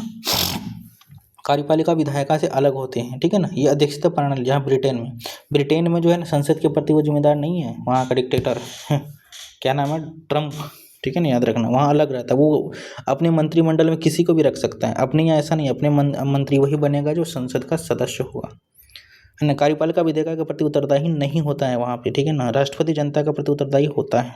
राष्ट्रपति का एक निश्चित कार्यकाल भी होता है वहाँ पे, 4 साल। राष्ट्रपति का जनता द्वारा प्रत्यक्ष रूप से चुना होता है, वहाँ पे अपने यहाँ होता है क्या, अप्रत्यक्ष रूप से होता है, याद रखिएगा, ठीक है। 49 वर्ष 42वां संविधान संशोधन शिक्षा के समवर्ती सूची में समाविष्ट करने हेतु किया गया था, तो ये 49 का डी 76 में हुआ था ना। 42वां संविधान संशोधन के अंतर्गत 1976 में शिक्षा को समवर्ती सूची में डाला गया था। क्यों डाला गया था, पहले राज्य सूची में था, तो राज्य के भरोसे छोड़ दिया था, बहुत सारा काम राज्य करता नहीं था। आज भी बिहार में देख लो कैसी हालत है, तो सेंटर को कुछ करने का मन करेगा तो कर नहीं पाएगा, क्योंकि फिर कोर्ट चले जाएंगे, बोलेंगे हमारे संघीय व्यवस्था जो है हमारा, इसका उल्लंघन है, तो फिर बोले रुक जाओ, इसको समवर्ती में डाल देते हैं, है ना। समवर्ती में डालने का मतलब दोनों बना सकता है, लेकिन सेंटर अगर एक ही दोनों बनाएगा तो सेंटर का प्रभाव भी होगा, याद रखिएगा, ठीक है ना। और क्या क्या उस टाइम डाला गया था, 5 डाला गया था, ठीक है ना। ये देखो शिक्षा तो पढ़ ही लिए, एक देखो फॉरेस्ट है ना, वन्य जीव और पक्षी का संरक्षण, है ना, वही टाइमलाइन चल रहा है। देखो 72 में एक्ट आया, 73 में प्रोजेक्ट टाइगर आया, माप तोल, है ना, और न्याय प्रशासन, उच्चतम और उच्च न्यायालय को छोड़कर, है ना। चलो 50वां क्वेश्चन क्या कह रहे हैं कि भारत का पहला आभासी विश्वविद्यालय कहाँ, तमिलनाडु में, ठीक है, स्थापित किया गया। भारत का पहला आभासी वर्चुअल, समझे, वर्चुअल तमिलनाडु आभासी विश्वविद्यालय था, ठीक है ना। ये 2001 में स्थापित हुआ था। शैक्षणिक संस्थान और एक समाज के रूप में स्थापित किया गया था जो तमिल और का इतिहास, कला, साहित्य, ठीक है, यही बात है और कुछ इसमें उतना टेंशन मत लो। 1946 ईस्वी में गठित अंतरिम सरकार में जगजीवन राम को कौन सा मिला था? तो ये श्रम विभाग मिला था, ठीक है ना। रक्षा विभाग में कुछ बलराम जी थे, बलदेव ऐसा कुछ थे, कोई आएगा उसमें नाम हम अभी रटाते हैं, तुम रुक जाओ सबको। ये देखिए जवाहर नेहरू तो कार्यकारी परिषद के उपाध्यक्ष, विदेशी मामले तथा मंत्री। ये 46 का बात है, उसमें पीएम नहीं था, ठीक है ना। पीएम बाद में बना 47 में जब आज़ाद हो गए, तब 46 में जब संविधान सभा गठन हुआ था उसको कार्यकारी परिषद ही बोलते थे, है ना। तो वल्लभ भाई पटेल गृह, तो ये तो सब जानता। बलदेव, देखो बल से बलदेव थे इसीलिए रक्षा लिए। 46 वाला का बात कर रहे हैं, 47 में फिर चेंज हो जाता है शायद। ये देखो जॉन मथाई, बहुत बड़ा ये थे, क्या बोलते हैं, कह सकते हैं स्टैटिक्स थे, है ना, मतलब अर्थशास्त्री थे। तो देखो उद्योग लिए वो, इस नाम से तो थोड़ा सा माइंड में रहेगा। देखो सी राजगोपालाचारी, शिक्षा लिए, है ना। सी राजगोपालाचारी, सी से शिक्षा। मान लो नहीं होता तब भी हम क्या करें। ये देखो भावा जी, है ना। खाद, देखो कार्य, खनन और बंदरगाह, है ना। राजेंद्र प्रसाद जी हमारे बिहार के, बताइए बिहार में क्या होता है, कृषि ही होता है, तो ये बिहारी लिए हमारे। आसफ अली रेलवे लिए थे उस समय। जगजीवन राम जी श्रम लिए थे। लियाकत अली खां वित्त, है ना। गजंतर अली खान ये स्वास्थ्य थे। अब्दुल नस्तर संचार, ठीक है। चुंद्रीगर वाणिज्य। जोगेंद्रनाथ मंडल विधि। तो ये सब तो इतना नहीं पूछते, लेकिन इस श्रम वाला पूछता है। राजेंद्र प्रसाद वगैरह ऊपर वाला कुछ कुछ पूछता है, ठीक है ना। सबसे पहले कौन सी घटना हुई थी? जलियांवाला बाग हत्याकांड, स्वराज पार्टी की स्थापना, काकोरी ट्रेन लूट, असहयोग आंदोलन। देखो स्वराज पार्टी का स्थापना 1923 में हुआ था, ठीक है, ये 1919 में हुआ था, ठीक है। और ये काकोरी ट्रेन तो ये 1928 के आसपास या 27 के आसपास था। असहयोग आंदोलन भी 20 में हुआ था। तो सबसे पहले तो जलियांवाला बाग ही हत्याकांड हुआ था। 52 का सबसे पहले देखो जलियांवाला बाग ही, ठीक है। ये देखो 1 अगस्त को असहयोग आंदोलन हुआ था। उसके बाद देखो एक था सीआर दास ने 1923 में मोतीलाल नेहरू के साथ मिलकर क्या किए थे, स्वराज पार्टी गठन किए थे। और भी एक चीज़ इंपॉर्टेंट है इसमें कि ये वाला क्या बोलते हैं, हाँ 9 अगस्त 1925 को रेलवे के लखनऊ सहारनपुर संभाग के काकोरी नामक स्थान पर, काकोरी, ये देखो 1928 हम लिख दिए थे, 25 है, ठीक है, 1925। चलिए नेक्स्ट, निम्नलिखित किस वंश ने सबसे अधिक समय तक शासन किया? देखो इसमें से, ठीक है ना, गुप्त, कुषाण, मौर्य, वर्धन। तो इसमें सबसे ज़्यादा गुप्त किए थे ना, इसका टाइमलाइन बहुत लंबा था। गुप्त सबसे अधिक, क्योंकि 240 से 550 तक के आसपास का टाइमलाइन रहा गुप्तों का, ठीक है ना। मौर्यों का 137 साल ही रहा, ठीक है ना। भारत में कुषाण वंश की स्थापना कौन कहता था? कुजूल कटफिसस, ये याद रखना है। और वर्धन वंश का लगभग 500 से 647 तक, है ना, 150 साल तक लगभग रहा है। हर्षवर्धन वही था, वर्धन वंश, ठीक है ना। भारत का कार्यभाग मुख्य न्यायाधीश नियुक्त करता है राष्ट्रपति द्वारा, हाँ ये बात सही है। तो अनुच्छेद 126 के अंतर्गत उच्चतम न्यायालय में कार्यकारी मुख्य न्यायाधीश की नियुक्ति का प्रावधान है, और ये राष्ट्रपति द्वारा ही होता है, ठीक है ना। 55वां क्वेश्चन देखिए, भारतीय राष्ट्रीय कांग्रेस का द्वितीय अधिवेशन कहाँ पे हुआ था? ये कोलकाता में हुआ था, ठीक है। भारतीय राष्ट्रीय कांग्रेस का द्वितीय अधिवेशन कोलकाता में हुआ था। इसका अध्यक्षता कौन किया था? तो ये दादा भाई नौरोजी, ग्रैंड ओल्ड मैन, ठीक है ना। कब हुआ था? 86 में, तो ये तो पता ही होगा। तो देख रहे हैं कांग्रेस वगैरह ये इंपॉर्टेंट है, तो मॉडर्न इंडिया पढ़ते समय ध्यान दीजिएगा। संविधान का प्रारूप समिति का अध्यक्ष कौन थे? डॉक्टर राजेंद्र प्रसाद। प्रारूप समिति का अध्यक्ष तो भाई भीमराव अम्बेडकर थे ना।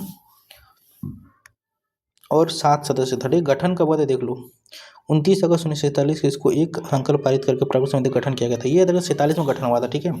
और ये अपना बहुत कम समय बहुत काम किए थे। 7 सदस्य और थे इसमें, देखो डॉक्टर अध्यक्ष भीमराव अम्बेडकर थे, देखिए एन गोपाल स्वामी अयंगर। एक गोपाल कृष्ण का जितने नाम मिलते हैं इसमें मिलेगा तुमको, एक ट्रिक है। अलादी कृष्णावती स्वामी अय्यर देख लो, कन्हैया लाल, है ना, सैयद मोहम्मद एक सदतुल्ला, एन माधव राव, देखो माधव भी बोलते हैं, ठीक है। इसका डीपी खेतान, तो ये बीएल मित्र की जगह पर आया था, बाद में ये बीएल मित्र छुट्टी ले लिया, फिर त्यागपत्र दे दिया स्वास्थ्य कारण से। फिर डीपी खेतान, इनकी मृत्यु के बाद टीटी कृष्णाचार्य आया था, ठीक है। कृष्णाम ही चल रहा है। चलिए, समिति जिसकी संस्तुति पर देश में पंचायती राज को लागू किया गया था, चीनम भाई मेहता, बलवंत राय मेहता। तो देखो अशोक मेहता बाद में आया था, बलवंत राय मेहता पहले आया था, ठीक है ना।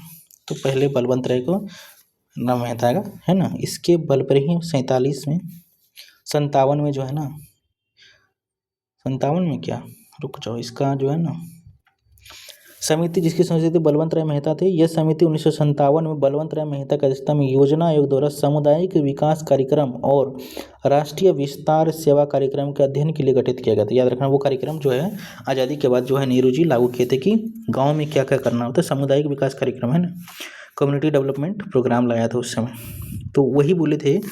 तो बलवंत राय मेहता कमेटी ही बोले थे कि 3 स्तर पर बनाए जाना चाहिए, ग्राम स्तर पर ग्राम पंचायत, पंचायत स्तर पर पंचायत समिति और जिला परिषद जो अभी है, ठीक है ना। लेकिन उससे पहले कुछ हुआ था, देख ली, ये इसका अरेंज करने के लिए कार्यक्रम आ जाता है, ठीक है, इनका बलवंत राय मेहता समिति का। 1957 में बलवंत राय मेहता समिति बना, फिर 1977 बीच में फिर कुछ हुआ होगा, लेकिन अशोक मेहता समिति बना था, ठीक है। जीवी के राव, अच्छा ये दोनों में याद रखना, इसमें 2 नाम है ना, इसमें 3 नाम है कि नहीं, बलवंत राय मेहता, तो ये 3 स्तरीय का दिया था और ये 2 स्तरीय का था, ये तो रिजेक्ट हो गया, पहले वाला ही चल रहा है। जीवी के राव समिति 1985 में बना था, फिर एल.एम. सिंघवी समिति 1986 में, फिर आया 64वां संविधान संशोधन, वो रिजेक्ट हो गया, फिर आया 73वां संविधान संशोधन 1992 में, फिर वो पास हो गया, तभी तो संविधान में उसको जगह मिला, ठीक है ना। एक चीज़ जो इसमें नहीं दिया हुआ है आगे आएगा, ठीक है। फरवरी 1946 में नौसेना का विद्रोह कहाँ पर आरंभ हुआ था, विशाखापट्टनम में, कराची, मुंबई में, कलकत्ता में, तो ये मुंबई में हुआ था, ठीक है।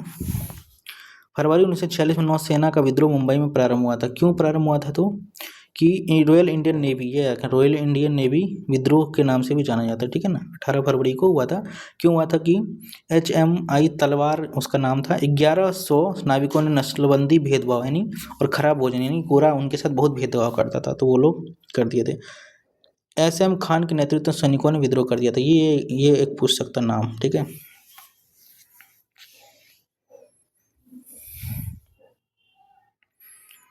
नेक्स्ट 59वां क्वेश्चन देखिए, भारत में नवीन आर्थिक योजना का, तो 1991 में हुआ था ना, नई आर्थिक नीति, ठीक है ना।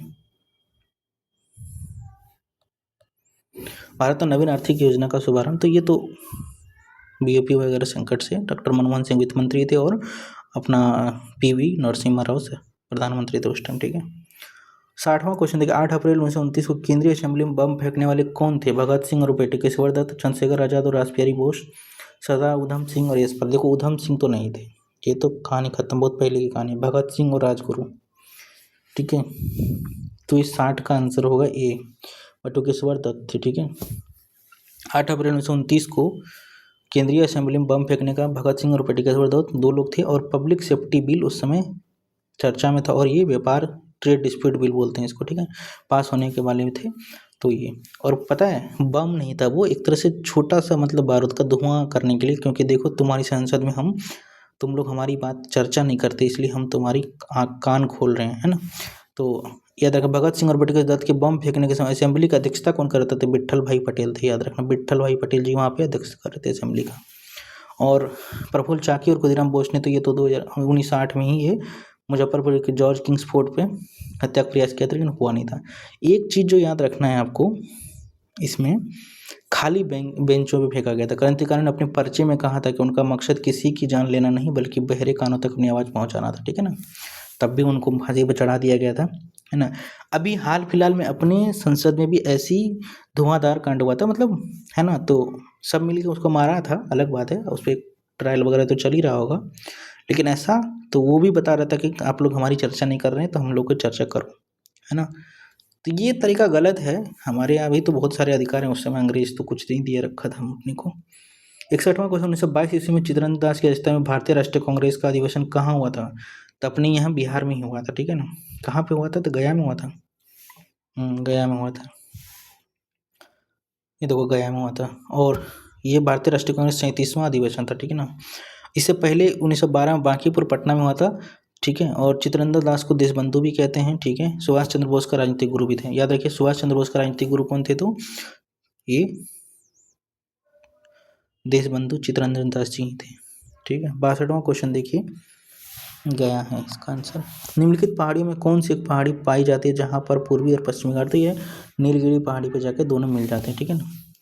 ये ऐसे करके आते हैं, यहाँ पर दोनों मिलते हैं, ठीक है, नीलगिरी की पहाड़ी। तो पूर्वी घाट और पश्चिमी घाट आपस में नीलगिरी पहाड़ियों में मिलती हैं, ठीक है।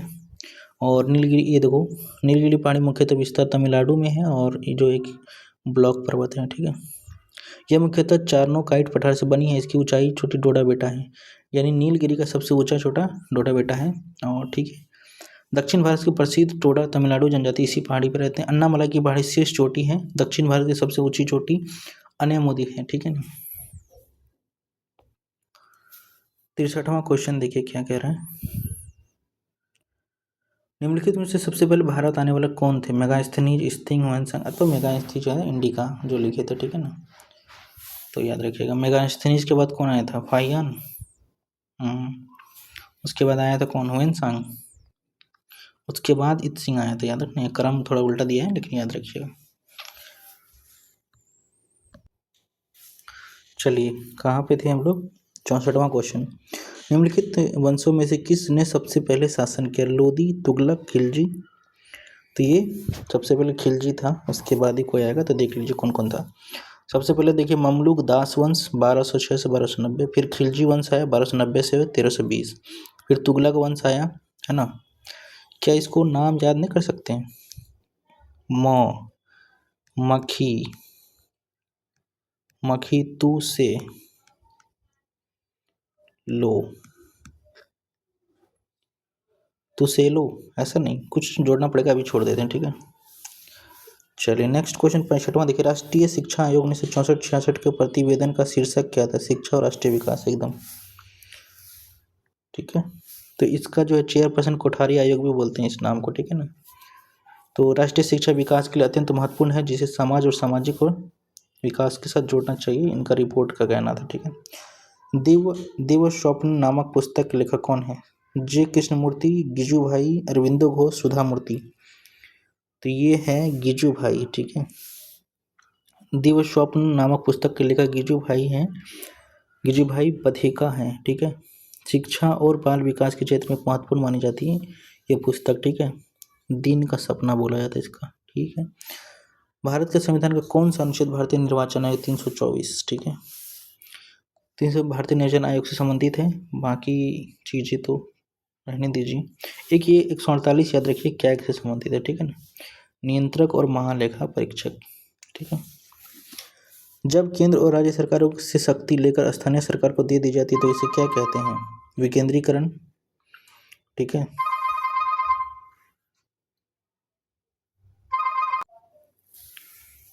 ठीक है, तो इसको क्या बोलते हैं? विकेंद्रीकरण ही बोलते हैं। ठीक है, तो 68 का सी आंसर, 68 का ये आंसर है। ठीक है,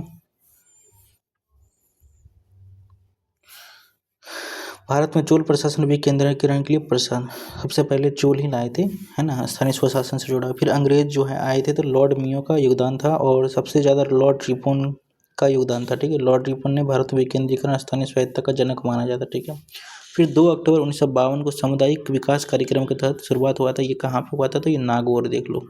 2 अक्टूबर 1959 को पंडित जवाहरलाल नेहरू ने नागौर राजस्थान से पंचायती राज की शुरुआत किया था। ठीक है ना, ये तो सामुदायिक कार्यक्रम स्टार्ट हुआ था, फिर बाद में ये यहाँ से। ठीक है ना, फिर संविधान संशोधन हुआ, फिर इसको संवैधानिकता का दर्जा दिया गया। ठीक है, भारतीय संविधान का अनुच्छेद 360 ये वित्तीय आपातकाल से संबंधित है। ठीक है, ठीक है, वित्तीय आपातकाल। नेक्स्ट, निम्नलिखित में से कौन सा समवर्ती सूची में शामिल है? ठीक है, तो देखो पुलिस तो जो है ना ये स्टेट का है, तो ये तो होगा नहीं। भू राजस्व भी स्टेट का है। ठीक है, कृषि और जंगल तो अभी तो पढ़े हैं, ये समवर्ती सूची में जंगल वन, तो ये फॉरेस्ट कृषि भी अपना स्टेट लिस्ट का है। ठीक है ना, तो 70वां का देख लीजिए एक। ठीक है ना, नेक्स्ट मनरेगा अधिनियम के बारे में कौन सा कथन गलत है? ठीक है, गलत। ये भारत के लगभग 625 जनपदों में काम करने का अधिकार है, तो ये हो सकता है 1 वर्ष में 100 दिन का रोजगार। हाँ, ये बात तो गारंटी देता है। यदि सरकार असफल होती है तो रोजगार भत्ता नहीं, बेरोजगारी भत्ता दिया जाता है, तो यही वाला गलत है। ठीक है, शब्दों के साथ खेल रहा था। मनरेगा अधिनियम ये रोजगार भत्ता नहीं देती, 15 दिनों के अंदर कार्य नहीं मिलने पर बेरोजगारी भत्ता दिया जाता है। ठीक है, मनरेगा कानून संपूर्ण भारत में लागू है।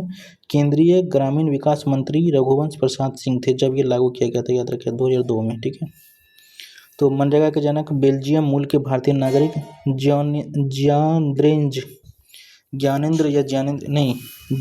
द्रेंज। मनरेगा कानून विश्व अपनी तरह का एक पहला बहुत बड़ा गारंटी है। नरेगा नामक 2 फरवरी 2006 आंध्र प्रदेश के अंतुर जिले के बदनापल्ली गांव में प्रारंभ किया गया। तत्कालीन प्रधानमंत्री मनमोहन सिंह जी थे। ठीक है, ये इम्पोर्टेंट है। कहाँ पे? आंध्र प्रदेश के बदनापल्ली गाँव, ये याद रखिएगा, ठीक है। भारत में प्रथम पंचवर्षीय योजना का आधार क्या था? Harold Domar model. Mahalanobis model तो दूसरा का था, तो ये हेरोल्ड डोमर मॉडल ही था 72 का ये, ठीक है। चलिए, तो इसकी क्या विशेषता था देख लीजिए। शुरुआत 1 अप्रैल 1951 से हुआ था, ठीक है, और इसमें और कुछ खास नहीं, चलो रहने देते। औसत आय और भी किस नाम से जाना जाता है? प्रति व्यक्ति आय, इससे नाम से जानते हैं, ठीक है ना। औसत आय को ही प्रति व्यक्ति आय भी कहते हैं, ठीक है ना। नेशनल इनकम को एवरेज इनकम जो होता है वही। गोबी मरुस्थल कहाँ है? तो भाई गोबी मरुस्थल चीन में है, और कहाँ रहेगा, ठीक है। दक्षिण गंगोत्री कहाँ है? उत्तराखंड में, अंटार्कटिका में, हिमालय में, आर्कटिक में? नहीं, ये अंटार्कटिका में है दक्षिण गंगोत्री, ठीक है। तो 75 का बी आंसर है ना, देख लो। अपना रिसर्च स्टेशन है, ठीक है, अंटार्कटिका में। और कौन कौन सा है देखिए, दक्षिण गंगोत्री तो ये 83-84 में बना था। फिर एक मैत्री बनाए हैं हम लोग 1989 में। फिर भारतीय बना 2012 में, शोध केंद्र का स्थापना किया गया। भारत ने अपना राष्ट्रीय अंटार्कटिका अध्ययन केंद्र गोवा में स्थापित किया, जो है वहाँ से समन्वय करेगा ना, अपना जो है यहाँ पे गोवा में किया है। एक याद रखना, भारत ने 2008 में हिमाद्री, ये देखो आर्कटिक वाले क्षेत्र में एक किया है हिमाद्री, याद रखना, ठीक है। ये यहाँ जो आर्कटिक दिया ना, यहाँ पे हिमाद्री है, ठीक है, हिमाद्री। ग्रेट विक्टोरिया मरुस्थल कहाँ स्थित है? ऑस्ट्रेलिया में, भारत में तो नहीं है भाई, मिस्र में, ब्रिटेन में। तो 76 का ये है ऑस्ट्रेलिया में, ठीक है। ग्रेट विक्टोरिया मरुस्थल ऑस्ट्रेलिया में स्थित है। नेक्स्ट क्या है? 77 में स्वर्णिम चतुर्भुज सुपर हाईवे समय और दूरी को कम करने के लिए भारत के 4 प्रमुख शहरों को जोड़ता है। निम्नलिखित में से किस विकल्प में वे शामिल है? दिल्ली, कोलकाता, चेन्नई, मुंबई, श्रीनगर, जयपुर। देखो श्रीनगर व जयपुर वाला तो नहीं है, ठीक है, तो ये तो कहानी खत्म हो गई। दिल्ली, अहमदाबाद भी कहीं नहीं आता नाम में, ठीक है। दिल्ली, कोलकाता, बेंगलुरु, चेन्नई, नहीं, ये वाला है पहला वाला। देखो 77 का ये है क्या आंसर में, ठीक है। देखिए दिल्ली, कोलकाता, चेन्नई और मुंबई को जोड़ा गया था आपस में, ठीक है ना। और ये स्टार्ट हुआ था अपना 2001 में अटल बिहारी वाजपेयी की सरकार में, ठीक है। और सबसे लंबा जो है कोलकाता चेन्नई स्वर्णिम चतुर्भुज की लंबाई सबसे ज़्यादा गलियारा है, ठीक है ना, लंबा, ठीक है। भूदान ग्रामदान आंदोलन, जिसे रक्तहीन क्रांति के नाम से भी जाना जाता है, किसके द्वारा? विनोबा भावे जी के द्वारा, ठीक है ना, याद रखिएगा। और इसमें एक चीज़ याद रखने वाली चीज़ क्या है कि रक्तहीन क्रांति तो बोलते ही हैं, ये 1951 विनोबा भावे द्वारा शुरू किया गया था। ये हुआ कहाँ था शुरू? तो ये देखिए, भूदान आंदोलन की शुरुआत तत्कालीन आंध्र प्रदेश में है ना, उस समय वर्तमान में तेलंगाना राजस्थान है ना, अभी वर्तमान में आंध्र प्रदेश है। ये देखो पोचमपल्ली गाँव से हुआ था, ठीक है ना, याद रखना है। जब जमींदार रामचंद्रा रेड्डी ने 80 एकड़ जमीन दान में दे दिया था उसमें, ठीक है, याद रखना। उड़ीसा से ग्रामदान आंदोलन शुरू हुआ था, ठीक है ना, उड़ीसा से, याद रखना। ये इतना इंपॉर्टेंट इतना है कि आपको रटे हुए होने चाहिए, ठीक है। नेक्स्ट, गरीबी रेखा को निर्धारित करने के लिए तो नीति आयोग करते हैं, पहले योजना आयोग करते थे, ठीक है। नेक्स्ट है, भारत में बैंकों का राष्ट्रीयकरण पहली बार कब हुआ था? तो 1969, ठीक है। 80 का सी है क्या?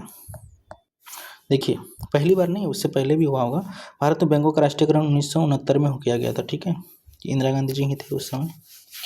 रिजर्व बैंक का राष्ट्रीयकरण 1 जनवरी 1949 को हुआ था, ठीक है, जब आज़ाद हुए थे तब। भारतीय स्टेट बैंक का राष्ट्रीय 1 जुलाई 1955, ये तो याद रखिएगा और कुछ मत याद रखिए। बंगाल विभाजन 16 अक्टूबर 1905 को किस दिवस के रूप में? तो बाइकआउट, हड़ताल, शोक दिवस के रूप में, है ना। तो 81, ठीक है, तो इस शोक दिवस के रूप में मनाते हैं। फिर तो 7 अगस्त को ये घोषणा हो गया था, तो 7 अगस्त को ही हम लोग टाउन हॉल में जाके हम लोग वो आंदोलन घोषणा किए थे कि हम लोग बहिष्कार वगैरह करेंगे, ठीक है। रविन्द्रनाथ टैगोर ने सुझाव दिया था, रक्षाबंधन हम लोग मनाए थे उस दिन, ठीक है, एकता के तौर पे। भगवान महावीर वन्यजीव अभयारण्य कहाँ पे? तो ये गोवा में है, ठीक है। ऐसे वन्यजीव अभयारण्य याद रहने वाला नहीं है, 1-2 याद कीजिएगा तो कीजिएगा, फेमस वाला कर लीजिएगा, ठीक है। विश्व जल दिवस कब मनाया था? तो 22 मार्च को। और क्या इस बार उसका क्या रहा है थीम? देखिए 2025 का विश्व जल दिवस का थीम है ग्लेशियर संरक्षण, ठीक है ना, याद रखिए। चाप झील, ऑक्सबो झील कहाँ पाया जाता है? हिमनदों में नहीं भाई, रेगिस्तान में तो कहाँ से पाया जाएगा, नदी घाटियों में पाया जाता है, ठीक है ना। और अपने यहाँ बेगूसराय में जो है कौन है? ये कांवर झील, सबसे बड़ा गोखुर झील है अपने यहाँ, ठीक है ना, उदाहरण है, जिसे आर्द्रभूमि सबसे पहला आर्द्रभूमि हम लोग रामसर साइड घोषणा किया था, ठीक है ना। मशहूर नारा इनकलाब जिंदाबाद किसने दिया था? हकीम अजमल खान, चंद्रशेखर आज़ाद, हजरत मोहानी, राजगुरु। ये हजरत मोहानी जी दिए थे, ठीक है, ठीक है। इनकलाब जिंदाबाद हजरत मोहानी जी ने दिया था, फेमस किया था, जानते हैं कौन? भगत सिंह ने इसको फेमस किया था, लोकप्रिय बनाया था। और इनकलाब जिंदाबाद का हिंदी अनुवाद है क्रांति अमर है, क्रांति अमर है ना।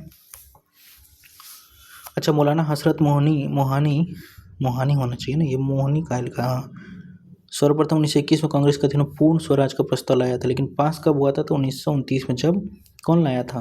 अपने नेहरू जी लाए थे, ठीक है ना। कहाँ पे? रावी नदी के तट पे, लाहौर में।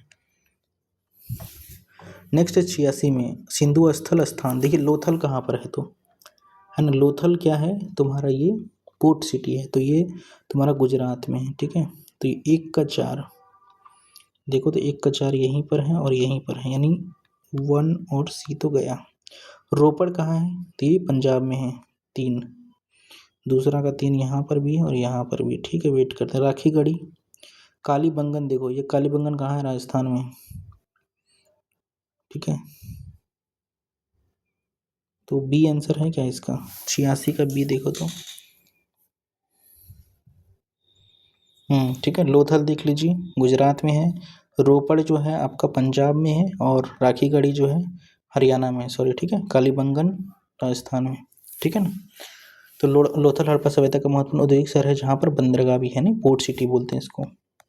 पत्तन, रोपड़ में मालिक के साथ कुत्ता को दफनाने का वहाँ पे साक्ष्य मिला है। राखी गढ़ी में भैंस का जीवाश्म मिला है। कालीबंगा से जुता हुआ खेत का मिला, याद रखना कालीबंगा। बुद्ध के जन्म का प्रतीक कमल और सांड है, ठीक है ना, याद रखना। श्रीरंगपट्टनम की संधि कब हुई थी, है ना? तो श्रीरंगपट्टनम की संधि 1792 में हुई थी। तो 1792 कहाँ पर आंसर है? यहाँ पे देख लीजिए। किसके किसके बीच हुआ था? तो टिप्पू सुल्तान और लॉर्ड कर्नवालिस के बीच में हुआ था, ठीक है। और चतुर्थ आंग्ल मैसूर युद्ध में 1799 में टिप्पू सुल्तान मारा गया, फिर वो अंग्रेज हथियार लिए, बांट लिए थे, मराठा और अंग्रेज पूरा इनको मैसूर साम्राज्य को बांट लिया आपस में, ठीक है। तो 1816 में सुगोली की संधि अंग्रेज और डैश के बीच हुआ था, तो ये गोरखा के बीच हुआ था, ठीक है ना। सुगोली की संधि नेपाल में हुआ था, नेपाल, गोरखा नेपाल के बीच हुआ था, ठीक है ना, 1816 में, ठीक है। यही संधि है जो वो जो बोलते हैं ना कि काला पानी जो नदी है, काला पानी नहीं, काली नदी का जो बांध, वो जो नदी के इस तरफ सीमा जो है, वही विवाद आज भी हम लोग का जो आँख उठाता है जो नेपाल, यही इसी संधि से वो तय हुआ था, ठीक है।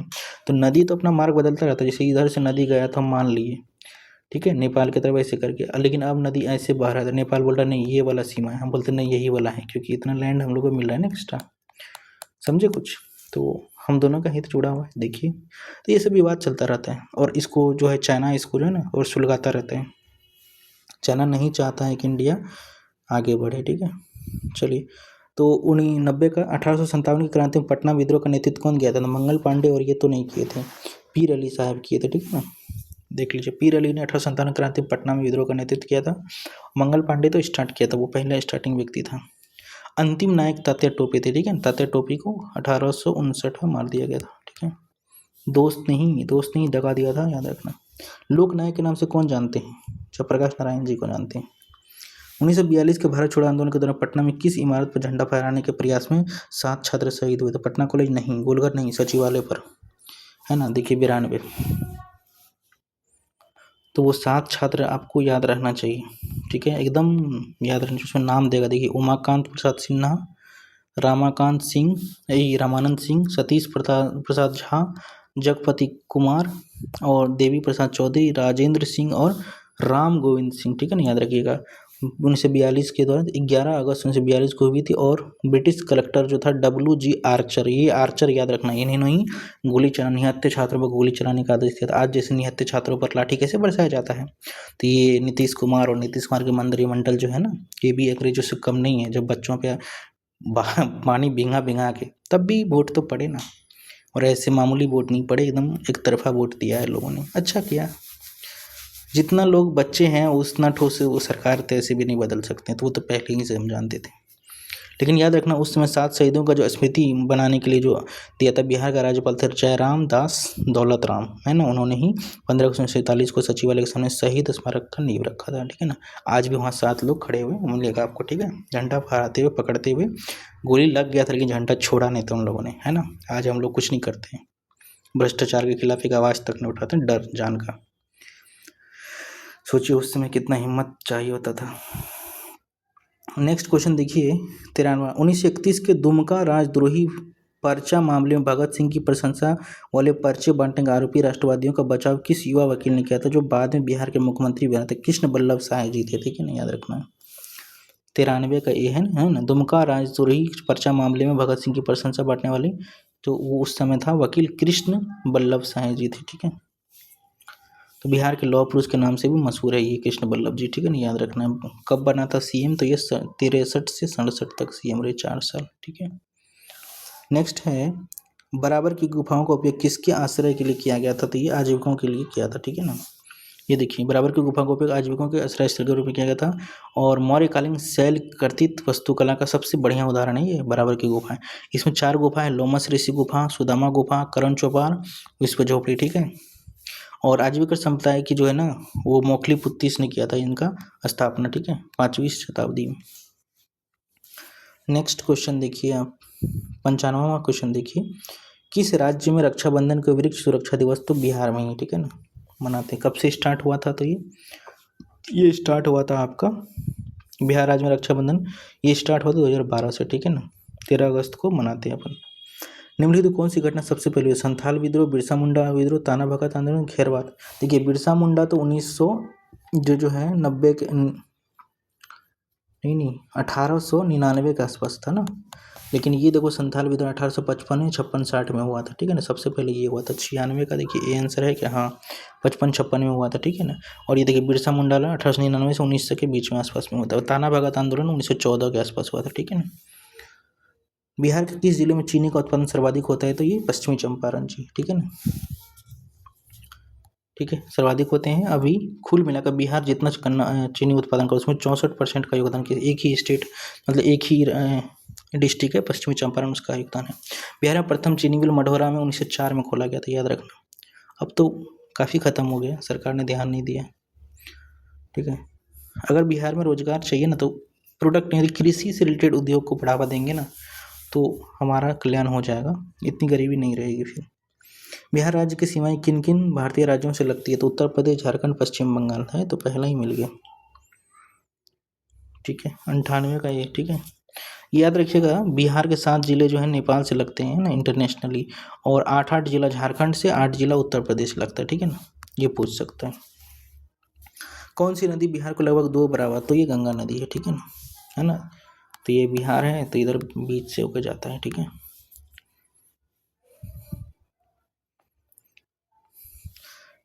चलिए 2001 की जनगणना के अनुसार जनसंख्या की दृष्टि बिहार का भारत में तीसरा स्थान है, याद रखिएगा। पहला 2 कौन सा है? तो पहला 2 है आपका, एक तो यूपी होगा, उत्तर प्रदेश पहला स्थान, और दूसरा महाराष्ट्र का है, ठीक है ना, याद रखना। तीसरा बिहार का ही, बिहार का केवल 11.3% लोग ही कहाँ रहते हैं? शहरों में रहते हैं, ठीक है ना, ये एक डाटा है। तो चलिए, तो अगर 1 घंटे 22 मिनट जिन्होंने देखा हो, वो ना सिर्फ 100 क्वेश्चन किया होगा, बल्कि लगभग 200-250 क्वेश्चन तो वो डिस्कस हुआ है, क्योंकि हमने डिस्कशन किए हैं इस बार। हम सोचे चलो यार लगा ही देते हैं जान, ठीक है। ठीक है, अगर आपको अच्छा लगा तो लाइक भी कर सकते हैं, कमेंट भी कर सकते हैं क्या कमियां हैं आपकी एफर्ट्स में, और सब्सक्राइब करना है तो कर सकते हैं, और अगर किसी को बताना हो अपने दोस्तों को तो शेयर भी कर सकते हैं, ठीक है। चलिए, थैंक यू।